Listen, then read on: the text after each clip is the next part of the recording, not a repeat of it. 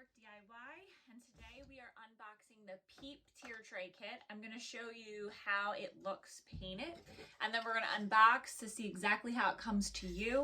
And I'm quickly going to show you some easy tips on how you can paint yours to look just like this, or even better. So these are all the little parts. So when I cut this one, I cut my peeps way too big, like way too big. So yours are not that big. They're sized correctly, but I just feel like cutting new ones for myself. So let me move this camera down so you can see the unboxing of your peeps kit.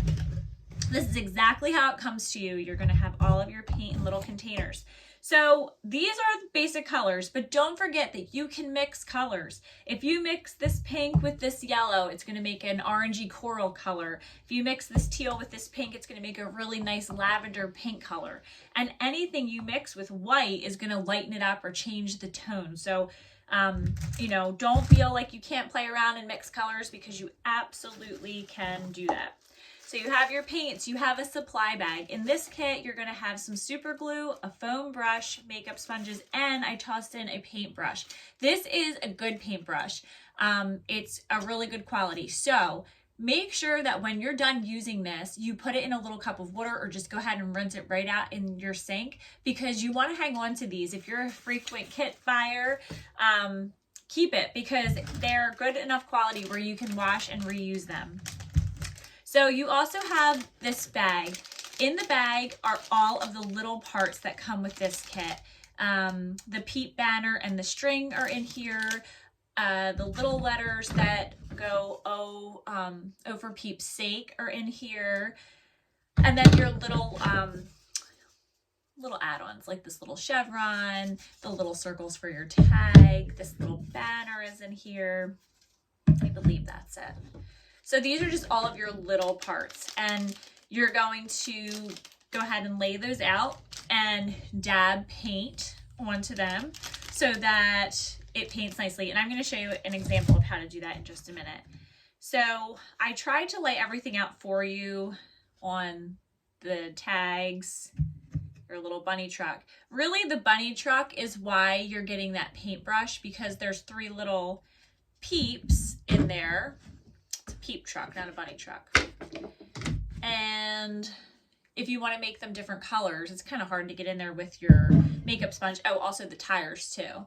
It's a little hard to get into that spot. So just use the paintbrush for that stuff. But all of this is separate. So you will paint your background, you'll paint your frame, paint your truck, paint your peeps, and then you'll glue everything together to look just like the example.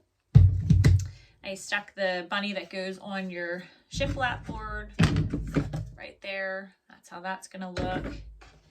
And you're hanging with my peeps and the honey bunny. And the little banner goes on that. Okay, so here's the deal. You also have your big peep. So the peep, his bow, this honey bunny, your shiplap board, and you're hanging with my peeps. They all are engraved or scored.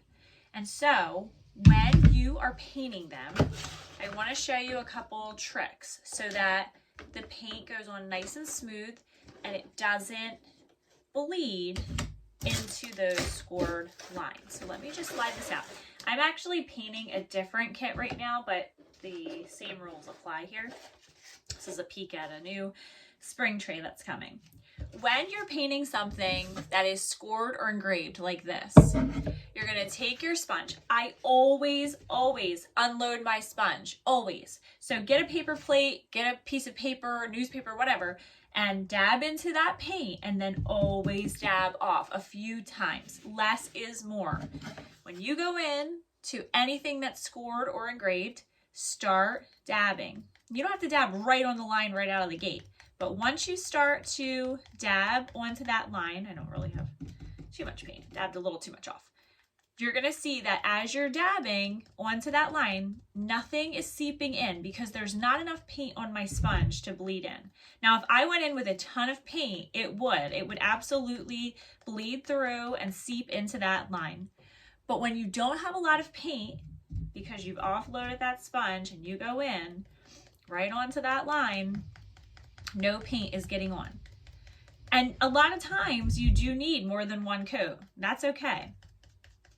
So I literally just purposely went in with a big old glob to show you what happens if you get messy. See that glob right there? Your kit also comes with a toothpick. If you have this happen where too much paint got on there and something seeped into the line, take your toothpick, put it in the line and swipe it, and look, it's gone. There's nothing in there now.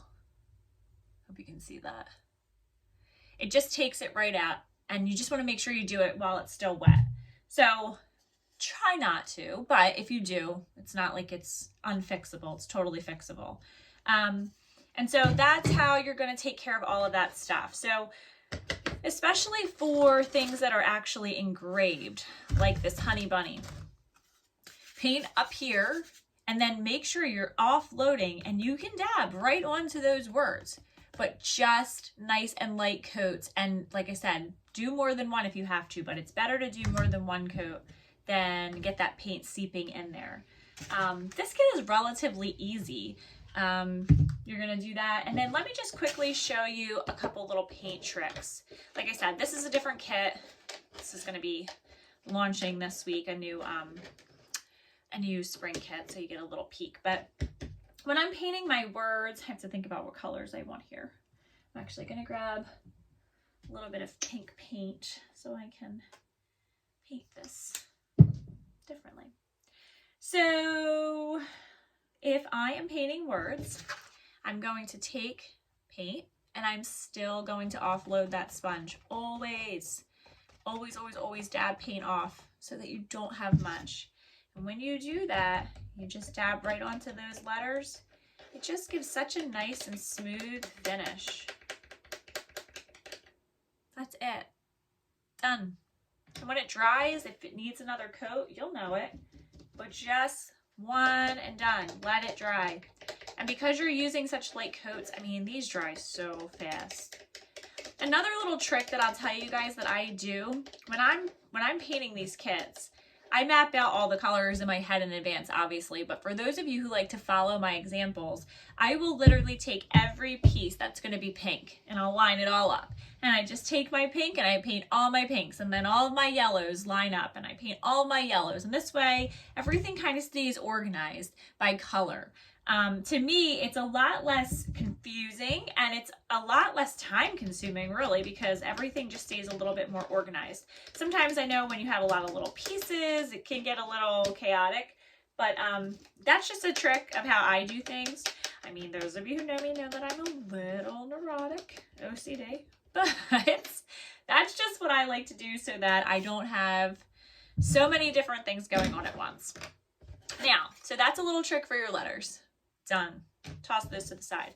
When you have a big piece like this, your kits always mostly come with a foam brush. This kit does. You could certainly paint this with a foam brush, but if you don't want to, you don't have to. You can still paint something big like this with your makeup sponge. You're going to take the sponge. I hope you can see that. Same deal, always. Even though this is a big piece, I'm still offloading. Now, a trick is to swipe away from you and try to stay in the same direction. Swipe away from you in the same direction like this, like longer strokes. And when you do that, paint does not seep over the edge. It gives it a nice clean edge for those of you who don't want to paint your edges the actual color that you're painting your board. Some people like to do that. But you just want to swipe away from you and stay in one direction. That makes for a lot easier painting, especially for your second coat. So like this is a yellow, this is a thinner color. I probably will have to put a second coat on this. Sometimes you really don't know until it dries. But as long as you're swiping away from you and nice light swipes in the same direction, I mean, it paints pretty quick. And like I said, this is an example of a light color that will probably need another coat, but I'm gonna wait for it to dry, and then I will apply my second coat. So I think that's pretty much it. I mean, this kit is pretty easy. When you're done painting everything, you'll string the string onto your banner. You'll take light little dabs of super glue. It's not like you're kicking these things across the room, you know, they're not going outside. So you don't have to go crazy with the glue, and that makes for a lot easier cleanup as well, so it doesn't seep outside of the edges of it. But that's really it. These are super easy, and you guys are doing a phenomenal job with them. Please don't forget to send me pictures of your finished products. I love, love, love seeing them. You can tag the studio, or you can just send it to me in a personal message, whatever you like, and have fun. If anyone has any questions, please feel free to reach out always, okay? Thank you guys so much. Have a great rest of your day.